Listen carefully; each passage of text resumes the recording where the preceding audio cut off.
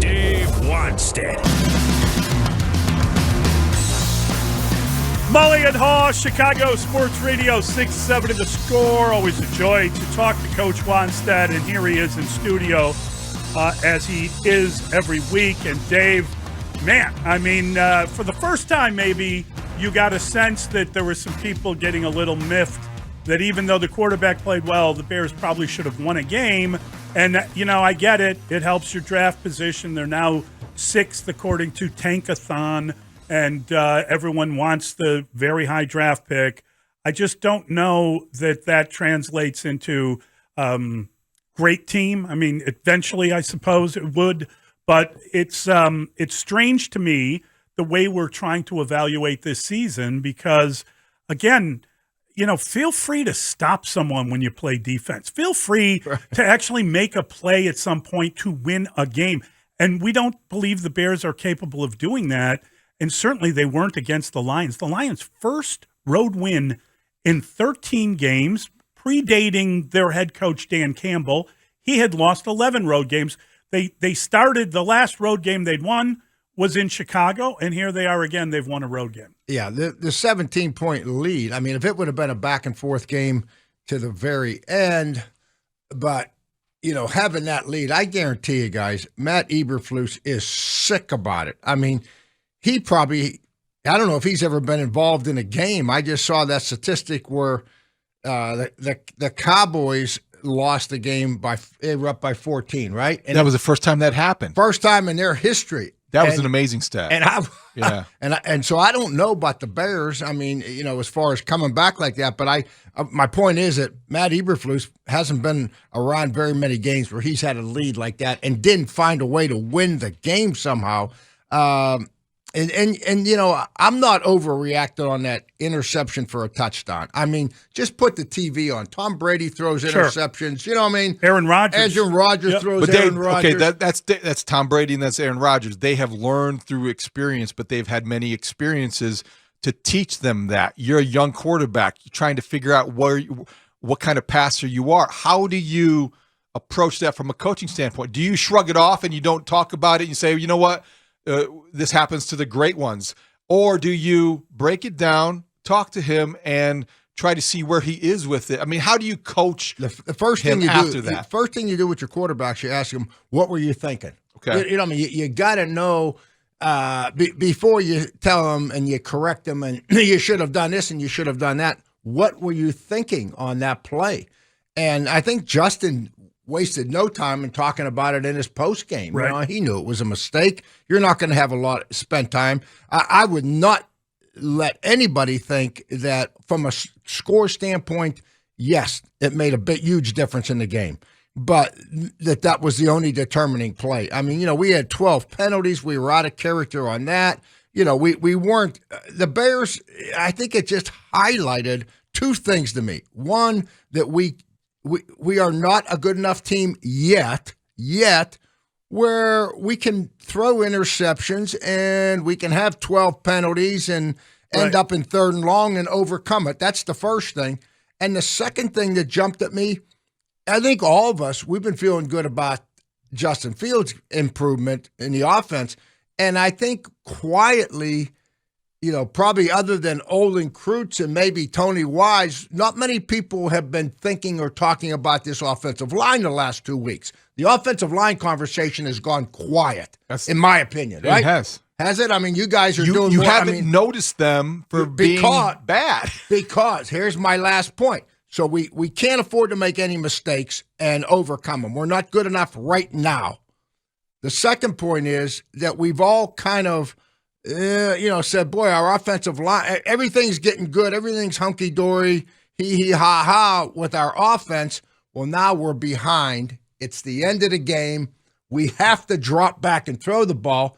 It was like week 1, 2, and 3. Justin Fields had no chance to find an open, even whether anybody was open or not, it really didn't matter. I mean, he had no time to try to find an open receiver. He was running for his life. So to me, if I'm Ryan Poles, I'm saying, well, you know, what we're doing is great, and we got to continue doing that, but we still have a lot of work to do with this offensive line.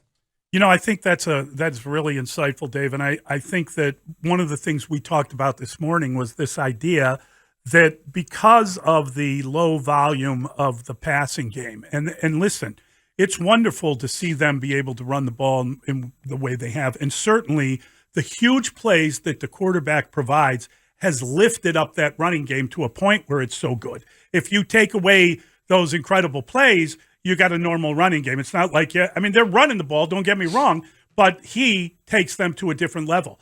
But, when you have 4 targets on Darnell Mooney and he catches all 4, don't you need to have 8 targets on Darnell Mooney and see if he can catch all 8? Don't you need to have more targets on Chase Claypool than 2 where he catches 1 pass? And then all of a sudden you're in the fourth quarter and your lead has gone because your defense is struggling. And you have a blunder of a play from the quarterback, but you can't do what you've never done. You can't suddenly think you're getting into a 7-on-7 drill. How often did you practice passing in practice at this time of year? This is a hard thing to do to translate onto the field when you're not doing it at all. Yeah, it's valid points. I was shocked that Claypool didn't get more targets. 19 snaps. Right? Is that what he had? 19 snaps. And my pet peeve, I want to see at least 2 deep balls thrown a half. Yeah. And that didn't happen for whatever. Now, I take it back. It almost seemed like Komet was the target this week. And they had some great design plays. That throwback play, guys, when I saw that, I had sweat beads on my forehead. That when I was at the Dolphins and Indianapolis was in our division, guys, Peyton Manning ran that play, and they would stretch it and roll to the hash, throw back to the numbers, boot back, and that tight end would cross.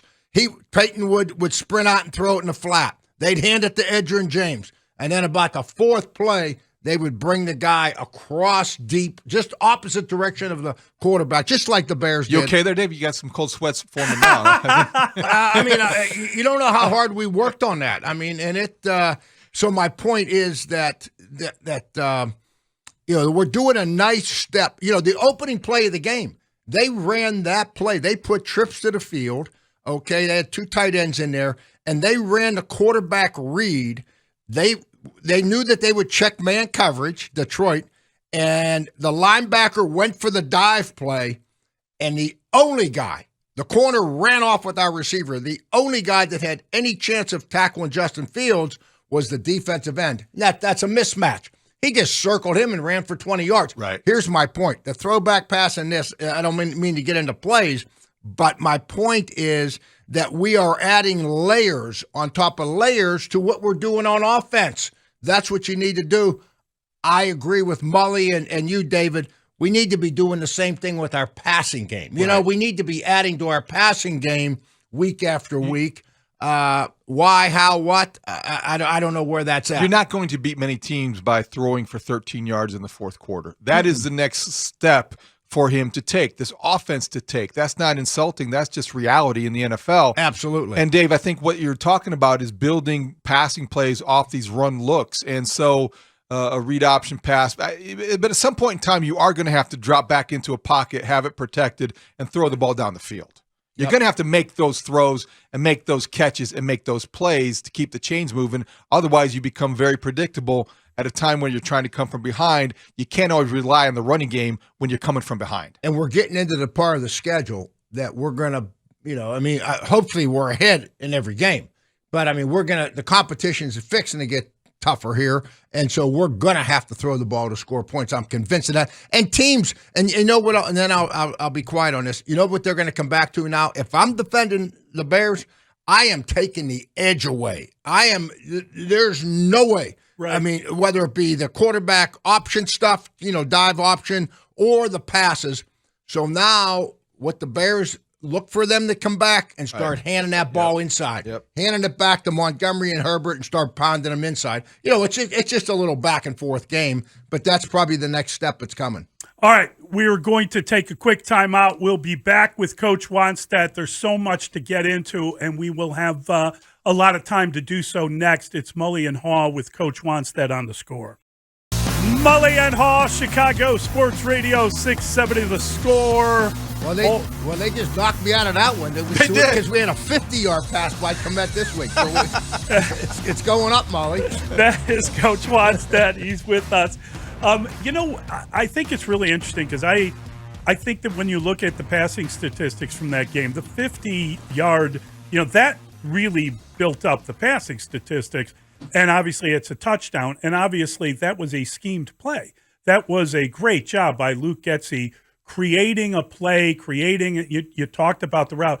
And then the other one was a ball that Fields threw that only Komet was going to be able to catch. He sailed that thing, and the guy goes up and gets it. So it's interesting to see him now score 5 touchdowns in the last 3 weeks when he hadn't scored a touchdown in 2 years. Yeah, I think it's great. Yeah, I do too. Right? I mean, that's everybody always says that quarterback's best friend is his tight end, a young one, because of the high percentage throws. But that throw you bring up, that's a good point. And for our listeners, I remember listening to Tom Brady one time talking about throwing the ball in the end zone, and he said, if my receiver is in the middle to the back of the end zone, I am going to throw that ball so high that either he catches it or it goes out of the back of the end zone. He says, I am not going to give anybody a chance to intercept it. And when he caught that ball, that was the first thought that came to my mind. So I hope that Justin Fields, was taking notes from Tom Brady and other quarterbacks too. I mean, but Brady was talking about that after one of his games, 5 years ago or something. All right, Dave. So if I'm the wide receivers coach for the Bears this week and I'm going into my offensive staff meeting, I'm pounding my fist about a couple things. First of all, I'm ticked off about we're not throwing the ball more, but that's beside the point. I'm thinking that you got 7 games to go. You're 3-7. You're a football team that's struggling right now. You also are in the developmental phase of your organization. This season has got to be about developmental priorities. And N'Keal Harry, Velus Jones, and now Chase Claypool. He can't play just 19 snaps. And those other 2 guys have to be on the field. You got a first-round talent in Harry that you don't know what you have. I don't know why he was inactive. And I've got to see what I have in Velus Jones, even though he has disappointed me by the drop in Dallas or fumble punts. The fumble punts. You got to see what you have. Why aren't those 3 guys? I would want those 3 guys to be more a part of my passing game moving forward this Sunday and every Sunday moving until the end of the season. Well, I hear what you're saying, and from a personnel standpoint, if you're the general manager, you're probably thinking that, but if you're Luke Getsy and you're trying to put together a game plan, who knows? Maybe Jones drops balls in practice, and now you put him out there and you start throwing him the ball. Exactly. Sound like a coach. Well, no, I mean, but that's true. And Justin Fields turns to you, could be practice, David, and he says, he turns to you and says, Coach, what are we doing? Why are we throwing him the ball?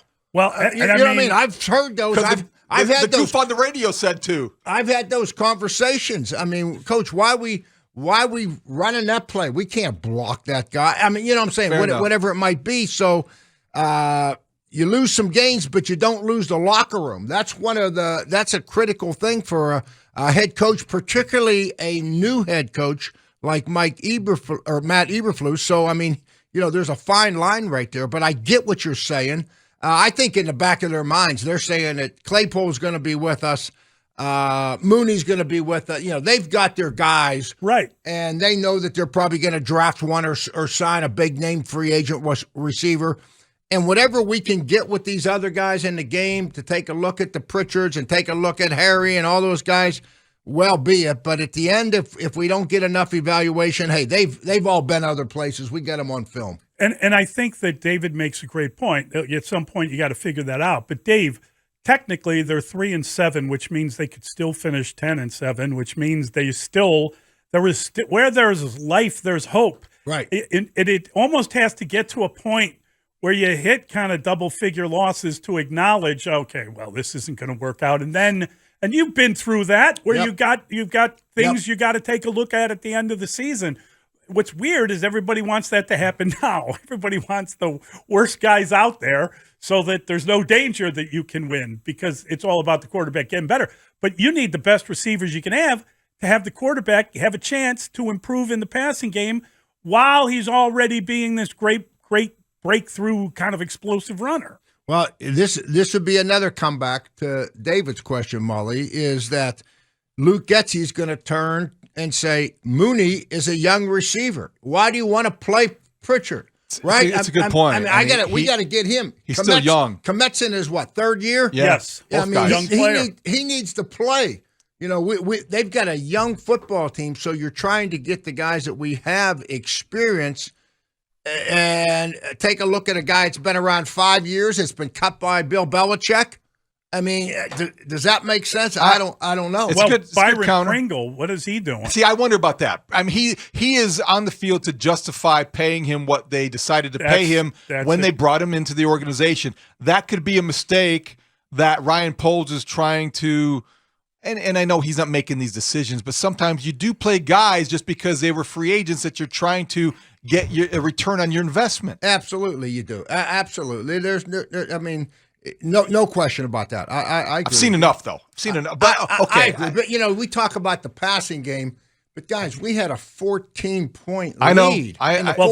That's the thing. They're scoring points. Dave, they're the first team in league history to score 29 points in 3 consecutive games and lose all 3 of them. Wow. Obviously over 30 in a couple of them. That's the kind of history you want to make. No. Wow. First team. And that speaks to what you don't have on your front 7. Yeah. No, there's no question about that. And think about this now, too. We are, you talking about playing guys. Well, we got rid of Robert Quinn, so that opens up to really evaluate these young defensive linemen, Robinson and those guys. And we got rid of Roquan, so Sanborn showed up. I think he's a player, I mean, whether he's going to be They need one on the defensive line. Yeah, but it is what it is right now. All right, Dave, Jack Sanborn, let's talk about him for a second. Undrafted free agent.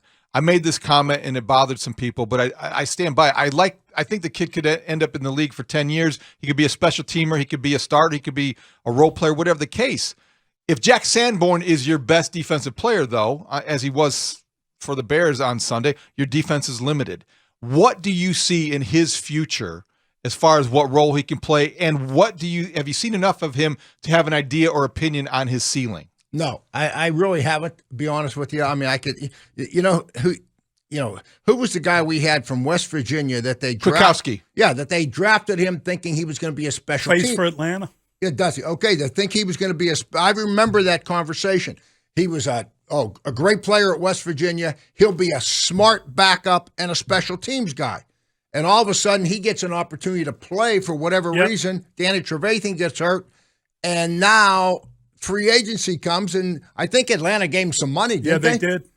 I mean, they gave him some money. He went to the Raiders first. He got paid by the Raiders. And the Raiders. The Raiders gave him the contract then. So the point is, I don't know on Jack. I mean, I hope the arrow is pointing up big time because I love the guy. I mean, the guy's, played at a high level and been as successful as you can in college. He's smart. The minimum, this will be a guy that plays all spots, contributes on special teams. I mean, he's not going anywhere. I mean, if I'm Ryan Poles, Jack Sanborn, he's part of this team. We just got to figure out where and how much. Dave, you're on the Football After Show on NBC Sports Chicago, and I believe that is where there was a conversation between Lance Briggs and Alex Brown about whether or not Jack Sanborn is a better fit in the defense than Roquan Smith.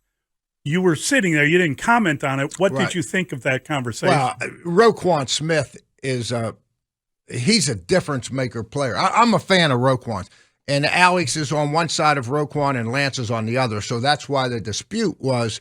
But no, I've always been a fan of Roquan's. I mean, I really have. I think he's ability-wise, and he produces 100 tackles every year, his whole career, on and on and on. I mean, that's production. So I stayed away from that conversation. All right, David, don't stay away from. Let's get one where your expertise will come in handy. You're a head coach. You have a player who is Pro Bowl caliber cornerback like Jalen Johnson. He clearly is compromised physically. The oblique that he sat out, he played 52 of the 62 snaps. He sat out 10 snaps essentially with the injury. Comes in late. you know that 75% of Jalen Johnson, probably better than 100% of his backup. Where are you as a head coach in wanting him on the field, or the expectation level if he is on the field and you know that he's playing through something? Because what we heard from Matt Eberflus yesterday, which I think we both appreciated, was that he said if he's out there, the expectations are no different. He's out there. How do you factor that into the reality is he's playing hurt because he wants to win and he knows that he's better than his backup, but is he doing the team a disservice by being out there in the first place? Well, I would agree with Matt. I mean, if he says he's fine, and obviously he wouldn't be out there if he didn't feel that he could play. Okay, so that's the first thing. And then you go to the doctors and you say, is this creating long-term damage, or are we doing anything to hurt? And they say no. You know, this is an old saying, difference between pain and injury, right? Injury and pain. Is this just a painful thing, or is it an injury? And if they say, well, it's just he's got to deal with the pain, then it's up to the kid. If he can deal with it, and I see him in practice. To me, I got to see it in practice. If he's out there practicing and he's executing the defense, and his mind is good, because at that position, they can give up a touchdown in a hurry. If his mind is good, then I would play him too. Okay, so it's 2 weeks running that the Bears have been burned by a huge special teams play. Obviously, blocking a punt and returning it for a touchdown is one thing, and the kicker rushing and missing an extra point is another.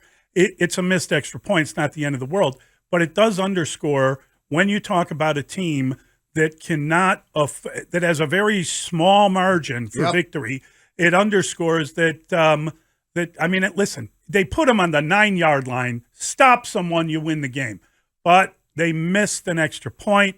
And, talking to Patrick Manley about it, he felt that was almost like sudden change. The guy breaks this run and you're standing there, get out there, and you run out and you're going to kick the extra point. And they didn't show a good version of it, but it just looked like he miskicked it. Right. And he didn't know what to say in the postgame. He didn't seem to – it wasn't one of those postgame moments where he was like, that's on me, it'll never happen again. It was more like, I don't know, things happened. What happened? I don't know what happened. It was just a weird little moment, but those are two examples of game-deciding plays 2 weeks running on special teams. Yeah, no question about it. And what Pat Manley's referring to, I get that. Things happen quick, but I mean, as far as the snapper, the holder, I mean, you shouldn't be over there watching the game. You know what I mean? Your job is to be ready at any moment, and that did. I mean, I think that caught everybody by surprise how quick we scored. I got to admit, I'm glad I didn't get up and Pat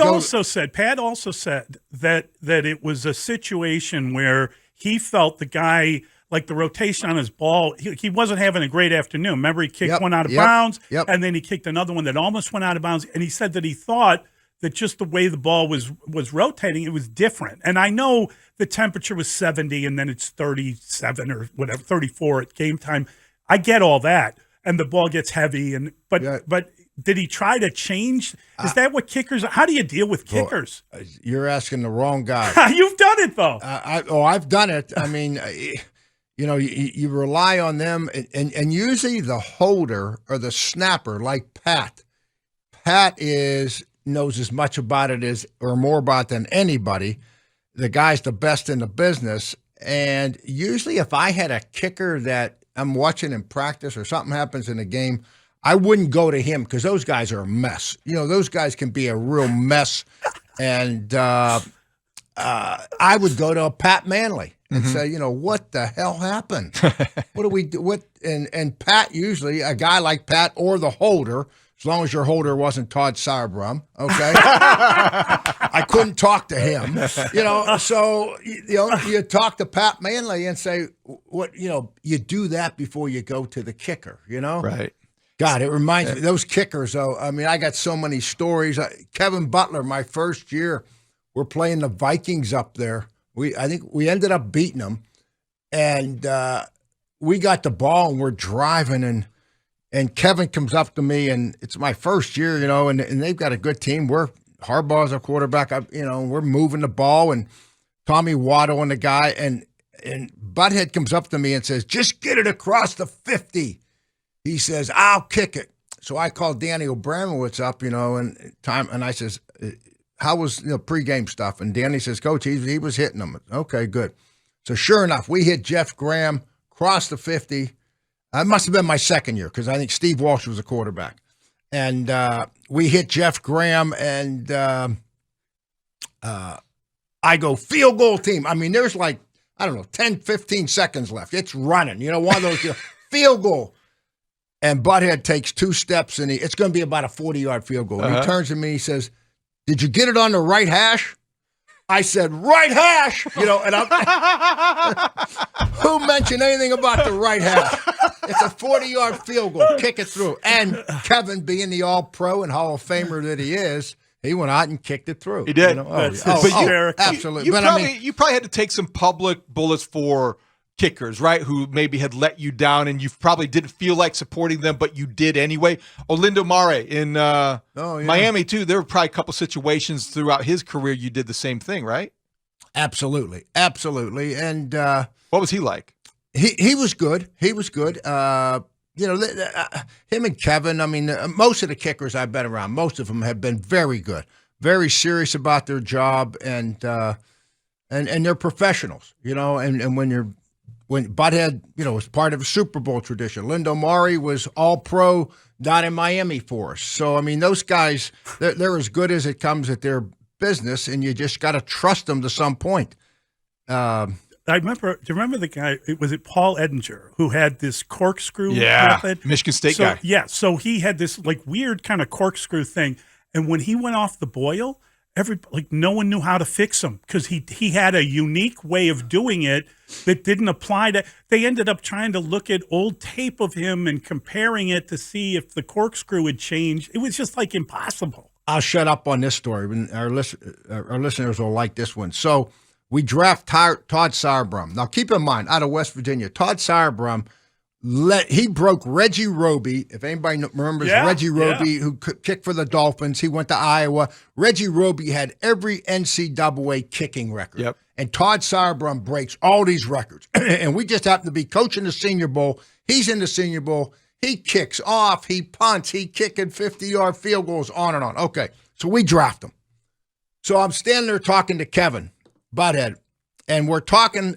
It's a training camp, and guys are showing up, or mini camp, and we're talking about golf. Kevin and I, and Kevin said we got to go out and play at his club. So we're talking. I said, "Damn, how do you get that good at golf?" And he says, "Coach, and this was my first or second year, whatever it was, third year in the league." And he says, "Coach, all these kickers, there's not a great kicker that's not a real good golfer." And after I was around Olindo Mari, he was just like him. All the good ones, Jeff Jagger, all those guys were great. So I says, "Oh, good." I said, "Well, hey," I said, here comes your holder right here. Here comes our guy Sauerbrunn." So we're talking about golf. Sauerbrunn walks up, I swear to God. And I said, "Hey, Todd, welcome. This is Kevin Butler. Kevin, Todd Sauerbrunn." And so Butthead looks at him and says, "What's your handicap?" Sauerbrunn says, "I hate golf." Oh, boy. Butthead looks at me. I look at him. I said, "Oh, boy. We are. This is off to a bad start." He showed up at camp, and he said, "I hate golf." Man. Kevin looked at me. His eyes got big. I said, "Oh, boy, that shit." So that was always, I swear to God. It always stayed with you. Every kicker I had, the Matt Turks of the world, everybody that I ever signed. Make sure they like golf. I would ask them what their handicap was. He had hang time license plates on his car. And he was also extremely cocky. And so I remember running into him coming out of the dining hall, and his hair, he had patches of hair that had been shaved out. They kind of were doing a lot of tricks on him, right? So they shaved up his head a little bit, and he was trying to find his golf cart. Somehow his golf cart wound up on top of the cafeteria. They picked it up. A bunch of guys picked it up and put it on top of the building. I mean, pretty confident for a punter. Well, he was just overconfident for a rookie. Yeah.